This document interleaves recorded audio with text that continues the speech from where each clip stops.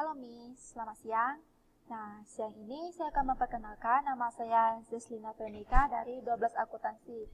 Nah, di sini saya akan menjelaskan tentang komputerisasi dan Siskudes. Sudah langsung saja.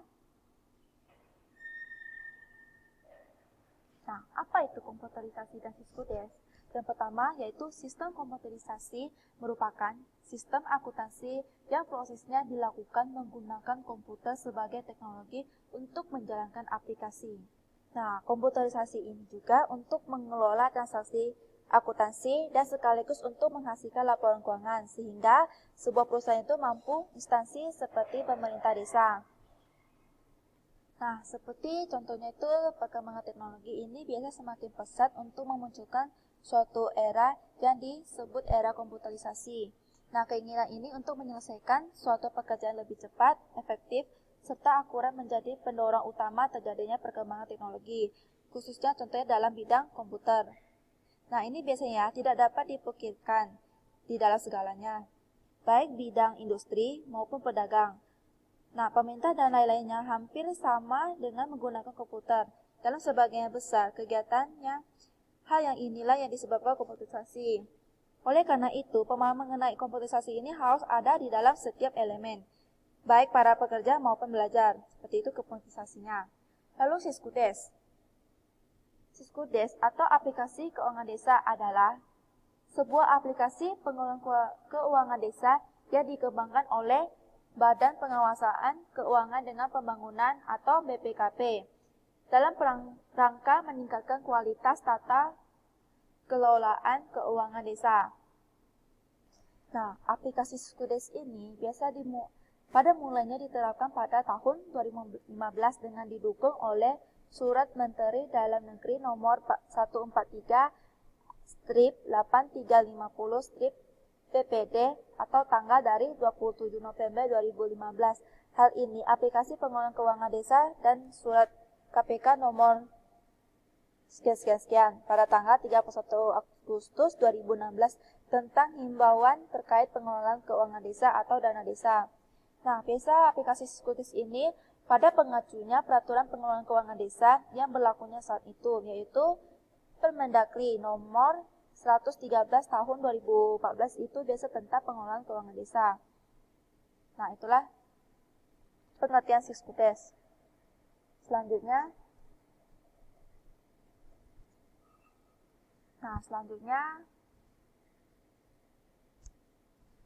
manfaat sistem komputerisasi akuntansi. Nah, itu ada 4. Sebenarnya itu ada 6 ya, tapi saya ambil 4 saja. Nah, yang pertama yaitu sistem komputerisasi akuntansi yang menyediakan informasi. Apa itu? Yaitu akuntansi yang akurat ya, dan tepat waktu sehingga dapat melakukan aktivitas pelaporan secara efektif dan efisien. Lalu yang kedua, sistem komputerisasi akuntansi yang dapat melakukan pencegahan kesalahan atau keliruan. Lalu yang ketiga, sistem komputerisasi akuntansi dapat mendapatkan efisien. Lalu yang keempat, sistem komputerisasi akuntansi dengan meningkatkan kemampuan dalam pengambilan keputusan. Nah, ini manfaat sistem komputerisasi akuntansi. Lalu selanjutnya, kelebihan menggunakan sistem komputerisasi akuntansi apa saja sih? Nah, yang pertama, akurasi. Akurasi ini untuk yang sudah didesain agar sesuai dengan detail terkecil. Nah, akurasi ini biasa untuk tepat. Lalu yang kedua yaitu otomatisa, yaitu menghilangkan banyak proses yang memakan waktu seperti dilakukan dalam proses akuntansi manual. Nah, pengeluaran pemerintah ini desa sudah dimasukkan ke dalam sistem akuntansi akan tersimpan secara otomatis. Itu nomor 2. Lalu nomor 3 yaitu akses data. Nah, akses data ini digunakan untuk perangkat lunak sehingga memudahkan individual yang berbeda untuk mengakses data. Supaya dengan menggunakan di luar pada kantor ya, supaya lebih aman gitu. Lalu keandalan ini yaitu untuk memiliki perhitungan yang akurat, sehingga laporan keuangan ini pemerintah desa yang disiapkan oleh komputer ini sangat handal dengan dapat diakses dengan secara tepat karena menggunakan alat perhitungan ini yang sudah tersistem dengan baik. Itu keandalannya. Selanjutnya, yaitu memiliki skala perhitungan. Yaitu untuk melakukan skala yang pasti sehingga laporan keuangan ini pemerintah desa yang disiapkan oleh komputer ini yang sangat handal. Biasa ini memiliki skala perhitungan ini dari akuntansi yang lebih ya, yang menyaring sejumlah dokumen satu persatu seperti yang dilakukan dalam proses akuntansi secara manual. Lalu kecepatan, yaitu untuk memiliki kecepatan kelebihan proses pemasukan data, supaya pemasukan data ini lebih mudah dan cepat. Lalu menggunakan menekan tombol yang harus diinginkan. Ini biasa data ini disesuaikan dengan inputnya. Lalu G, keamanan, itu untuk menyimpan data secara online sehingga aman dari adanya kerusakan. Supaya penyimpanan data ini harus diamankan. Biasa itu disimpannya terserah kita yang mau letak di dokumen atau di mana. Lalu hemat biaya. Hemat biaya ini untuk akuntansi manual banyak menggunakan kertas yang memakan biaya yang tinggi. Sedangkan sistem komputerisasi ini tinggal melakukan penyimpanan hanya data saja. Lalu ada ketinggalan, itu visual. Ini biasa memiliki banyak kelebihan satu-satunya dalam visual seperti penggunaan grafik, tabel, dan sebagainya. Lanjut. Di sini ada komponen komputerisasi akuntansi. Apa saja? Yang pertama yaitu perangkat keras. Perangkat keras ini atau yang biasanya disebut hardware, contohnya hard disk, prosesor, dan memori VGA dan lain-lain. Perangkat keras ini biasanya kan semua bagian ini kan display komputer, jadi dibedakan dengan data ini di dalam atau yang beroperasikan di dalamnya. Ini dibedakan dengan perangkat lunak yang menyediakan instruksi untuk melakukan keras dalam menyelesaikan tugasnya. Lalu yang kedua yaitu perangkat lunak. Perangkat lunak yaitu merupakan kumpulan data elektronik yang disimpan dan diatur oleh komputer. Disimpan oleh komputer. Contohnya seperti pengolahan kata atau lembar tabel hitung, pemutaran media, dan pakai aplikasi perkantoran seperti OpenOffice. Lalu yang kedua sistem operasi, yaitu misalnya Linux dan Windows. Lalu yang ketiga yaitu brandware. Biasanya ini untuk orang yang menggunakan atau mengoperasikan komputer. Komputer ini biasa tidak bisa dijalankan dengan diperan oleh brandware sehingga komputer ini bisa digunakan dioperasikan dengan baik dengan penggunaannya. Selanjutnya, lalu di sini ada macam-macam program komputerisasi akuntansi. Itu ada 6 ya, saya ambil. Yang pertama dari Zahir Accounting. Apa itu?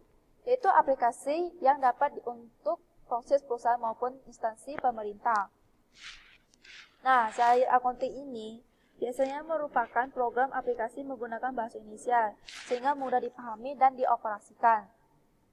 Lalu yang kedua, Omega Accounting, yaitu aplikasi yang didukung dengan berbagai macam fitur dan dalam pembuatan laporan keuangan. Lalu yang ketiga yaitu Microsoft Office Excel, yaitu Microsoft Office Excel, aplikasi yang dibuat oleh perusahaan Microsoft. Microsoft. Ini digunakan untuk membuat laporan keuangan yang sifatnya itu lebih rinci dan detail seperti pelaporan kas kecil. Lalu yang keempat yaitu Chris Head Cash Bank. yaitu merupakan program aplikasi fungsi untuk melakukan pencatatan transaksi akuntansi. Nah, ini dibuat untuk memudahkan dalam pengelolaan keuangan dari instansi. Nah, ini juga ada kelebihan, tapi saya tidak baca, langsung saja ya. Yaitu selanjutnya Maya Accounting, yaitu aplikasi untuk mengolah data akuntansi dan dibuat secara berpadu. Nah, komponen ini, aplikasinya itu di dalam Maya mudah untuk digunakan atau disebut user friendly. Dan itu juga mudah dimengerti bagi pemula serta memudahkan dioperasikan berbagai instansi, baik instansi pemerintah daerah atau desa maupun instansi swasta. Lalu, GNU Cash, yaitu digunakan untuk usaha atau perusahaan kecil. Nah, ini juga ada kelebihan, itu ada 3, yaitu fleksibel dan mudah untuk digunakan. Lalu yang kedua dapat digunakan untuk melacak rekening bank, saham, pendapatan, dan beban atau biaya. Lalu yang ketiga, cepat dari intuitif untuk digunakan seperti checkbook register. Nah, inilah macam-macam komputerisasi akuntansi. Selanjutnya, yaitu ada sistem akuntansi desa atau Siskudes. Sudah saya jelaskan ya,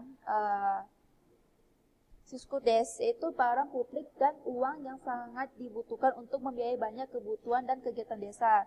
Ini sistem akuntansi desa saya tambahin. Langsung saja pengelolaannya. Pengelolaan keuangan desa dalam rangka tata pemerintah yang baik itu ada 7. Yang pertama, perencanaan atau penyusunan APB desa seperti pendapatan dan desa. Lalu yang kedua, pengumpulan pendapatan atau ekstraksi dari berbagai sumber seperti pendapatan asli desa, swadaya, masyarakat, bantuan dan pemerintah atas, dan lain-lain. Lalu yang ketiga, pembelanjaan atau alokasi. Nah, itu pengelolaannya. Lalu ada beberapa prinsip pengelolaan keuangan desa yang baik. Itu ada 4 juga. Yang pertama itu rancangan APB desa yang berbasis program. Lalu rancangan APB desa ini berdasarkan pada partisipasi unsur-unsur dari bawah. Lalu yang ketiga yaitu keuangan yang dikelola secara bertanggungjawab, keterbukaan, dan daya tangkap. Lalu yang ketujuh, memelihara dan mengembangkan pemerintah, pembangunan, dan pemasyarakat atau pelayanan dan pemberdayaan. Nah, itu sistem akuntansi desa. Lanjut. Nah, selanjutnya yaitu tahap penyusunan APBDes.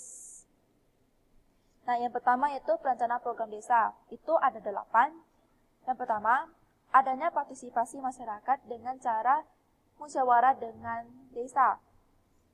Lalu yang kedua, mencakup bidang pemerintah, pembangunan, dan kemasyarakat. Lalu yang ketiga yaitu bersumber pada aspirasi, kebutuhan, kompetensi, dan masalah yang dihadapi masyarakat. Lalu yang keempat, adanya prioritas kebutuhan dalam perencanaan program. Lalu yang kelima, program operasional bisa mencakup pemerintah, pelayanan, pembangunan, dan kemasyarakatan. Lalu penyusunan sasaran yang akan dicapai dari masing-masing program operasional desa. Lalu yang ketujuh, merancang agenda kegiatan untuk mencapai hasil dan rancangan program tersebut. Lalu merancang jadwal kegiatan program dalam 1 tahun. Nah, ini seperti perancangan program desa. Lalu di sini adalah penganggaran. Itu ada 3, yaitu menentukan besaran dana yang digunakan untuk membiayai program dan kegiatan atau disebut sebagai dengan pos pengeluaran atau belanja. Lalu yang kedua, mengidentifikasi sumber pendapat, baik PAD maupun bantuan pemerintah untuk membiayai pos pengeluaran yang sudah disusun. Lalu yang ketiga, tentukan dulu pos pengeluarannya atau belanja, baru kemudian pos pendapatannya. Lalu selanjutnya pelaksanaan. Di sini ada 5, yaitu pertama pemerintah desa bertanggung jawab melaksanakan program kegiatan. Lalu yang kedua, pemerintahan ini dibantu oleh di dusun atau RT RW mengumpulkan dana atau pendapatan untuk membiayai pengeluarannya. Lalu yang ketiga yaitu mengalokasikan dana untuk membiayai pelaksanaan kegiatan tersebut.